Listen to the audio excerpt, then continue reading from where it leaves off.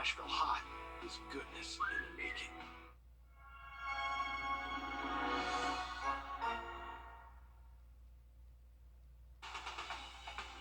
Live from Augusta, you're watching News 12 at 6 o'clock. First tonight, one of the accused ringleaders behind Operation No Loyalty is now behind bars. And tonight we're learning more about the major drug bust and about the fentanyl, one of the deadly drugs taken off the streets. Wrdw joins us with that. So Will, what have you learned? Well, the Richmond County Sheriff's Office tells us Operation No Loyalty was one of the largest fentanyl drug busts in Augusta ever. Now, the amount of fentanyl recovered could be as lethal as a weapon of mass destruction. The Sheriff's Office says these drugs could impact every neighborhood in the CSRA. These pictures are a shocking reminder of an uphill fight law enforcement face every day. You're seeing a lot of it now. I would tell you 10 years ago, wasn't nearly as prevalent as it is now. He's talking specifically about the 7 million milligrams or the 15 pounds of fentanyl seized in this bust. According to experts, it only takes 2 milligrams to kill one person. The drugs were a powder, meaning it would be mixed with other drugs. The average citizen, they don't realize that, whether you're shot by a gun or you're overdosed by fentanyl, you're still just as dead. The drugs in this picture were taken from nearly 50 locations across Augusta. The Sheriff's Office says it's coming in on commercial vehicles, trucks, up and down the I-20 corridor. We try to go all the way to the chain of where it was actually made at.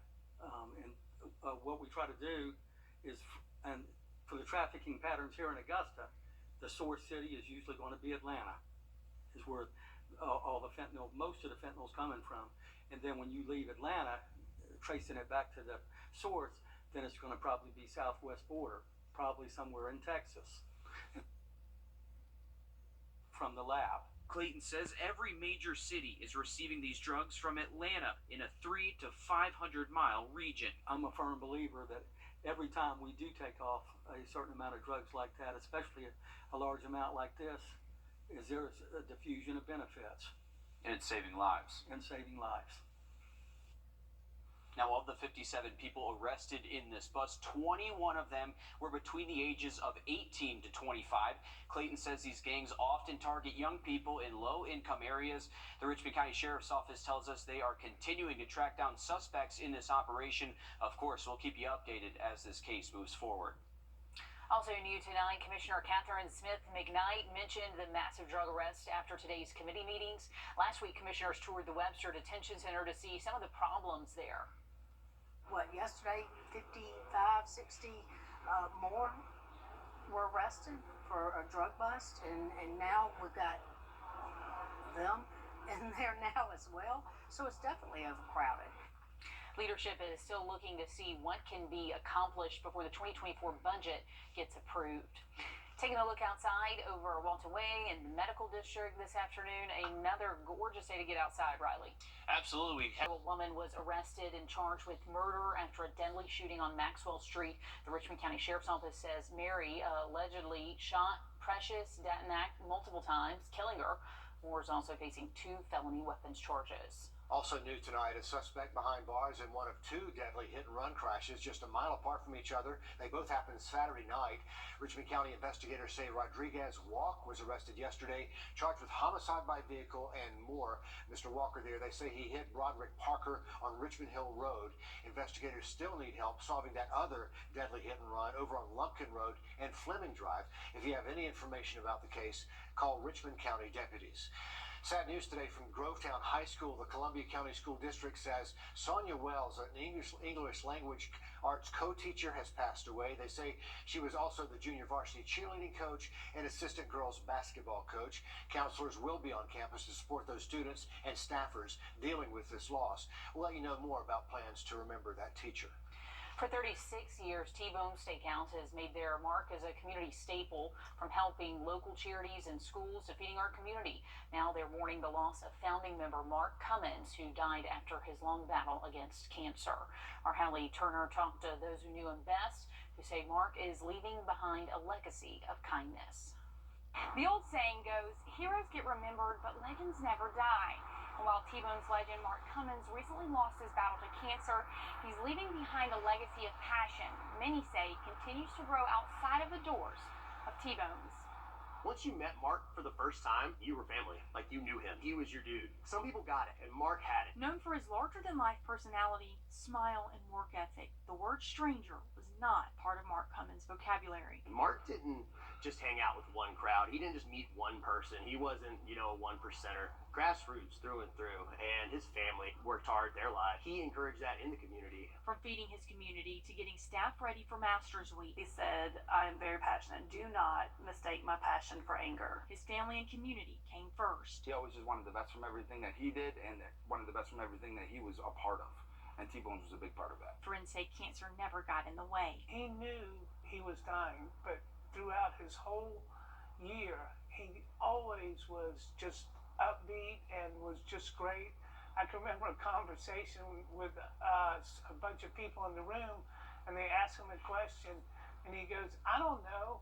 I've never died before." And now they move forward the best they can without him, always remembering his one-in-a-million personality. Bow your head, pray, take a moment silent, and enjoy Mark for who he was, the man he was, and the owner he was. Because without everybody else, he always said it wouldn't be no him. In Augusta, Hallie Turner. We love you, Mark! On your side. And those tributes are pouring in for Mark Cummins. Grammy award-winning singer-songwriter Darius Rucker taking to Twitter to post about Mark's passing, saying in part, "You were the heart for all of us. I will miss you until the day I die." He's leaving a lot of love behind there. One local mom feeling the love after a donation to her family. See what kind of help she got next on News 12 at 6 o'clock. Riley. And it has been a very dry start to October so far, but we got a lot of rain moving in late Wednesday through Thursday. We'll have a look at that forecast just after the break. Time and temp. Brought to you. The weekend, remember, some rain is going to be possible again late Friday through early Saturday. Mostly dry weekend, though, and it will be breezy Saturday and bringing in that cooler air by Sunday.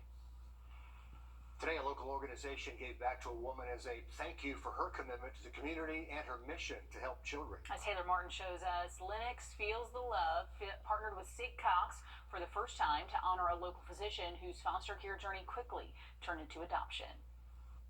You want to go play? Why don't you go play with your sisters? Nicole Nelson is not only a doctor, she's a foster mom and an adoptive mother, raising her babies all on her own. I don't feel like I'm a hero by any means.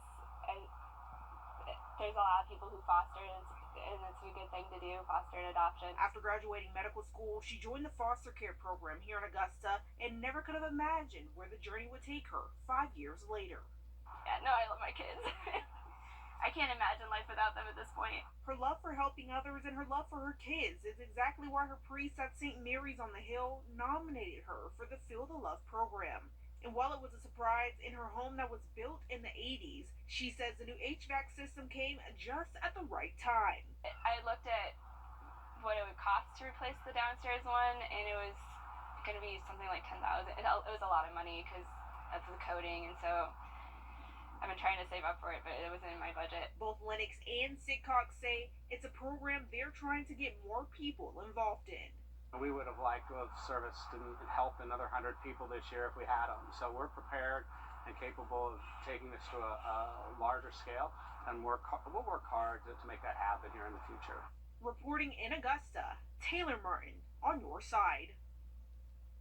And since the program began, Lennox has provided more than 1,000 furnaces to family in need.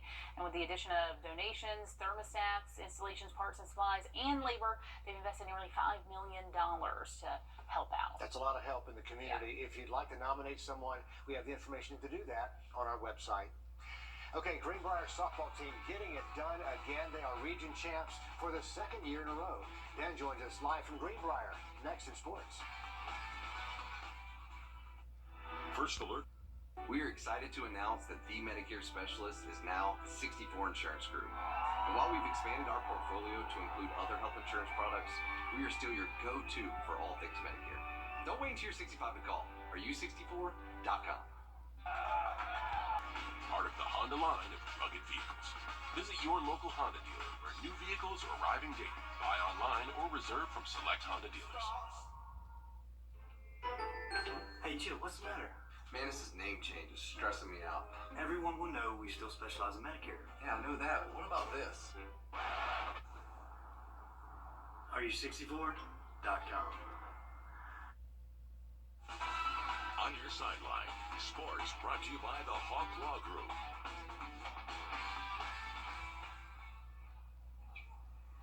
In order to win their second consecutive region championship, the Greenbrier softball team had to win not one, not two, but 3 games today to be able to get to the region championship and defeat Ware County 8-5. Now, this team, it's been a crazy past 24 hours for this Greenbrier team because the Wolfpack lost a game early on in the region playoffs yesterday, putting them against Statesboro in a winner-takes-all elimination game earlier on today. That game was at 10 a.m., and Greenbrier came out on top in that one, putting them in the region championship series against Ware County. Now, because it's double elimination in this tournament, in order to win the region, they had to beat Ware County twice, which is exactly what they did. They won the first game 12-4, and they won the second game with help of a 3-run homer by junior Addison Long, which helped power the Wolfpack to victory, once again, 8-5. Now, here is what the team had to say after an impressive display throughout the day of their stamina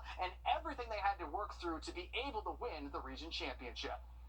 I felt like it was really hard because we had to play just 3 back-to-back, and it was early in the morning, and I feel like our team has worked super hard, and we've come so far from where we started. Region title is good. It's back-to-back years region title, and, we'll go to state playoffs. And, we always tell them all you need is a chance, and we got a chance to, now that we're in there and kind of see what happens. We're at home, so we'll see what happens.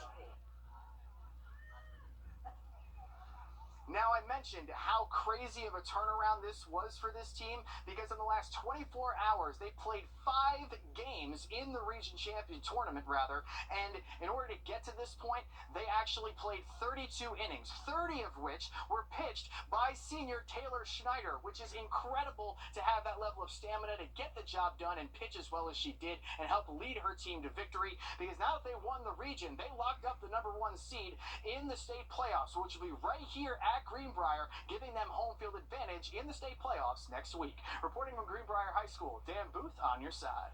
And that's got to give them a lot of confidence. Dan, thanks to you, and congrats to those 2-time champions. Also in the news this evening, Augusta City leaders have been going back and forth. Tomorrow marks 1 week since Columbia County named their Teacher of the Year. Crystal McDowell with Greenbrier High School has the honors. We stopped by her classroom today to ask what fuels her passion for teaching. It's hard to keep me away because I enjoy being here. I miss my students when I'm not with them. So to be able to be the Teacher of the Year, I think it gives me the opportunity really to encourage others to enter the profession. McDowell teaches 9th through 12th grade biology and anatomy, so important subjects and doing important work. We'll be back with more News 12 after this break.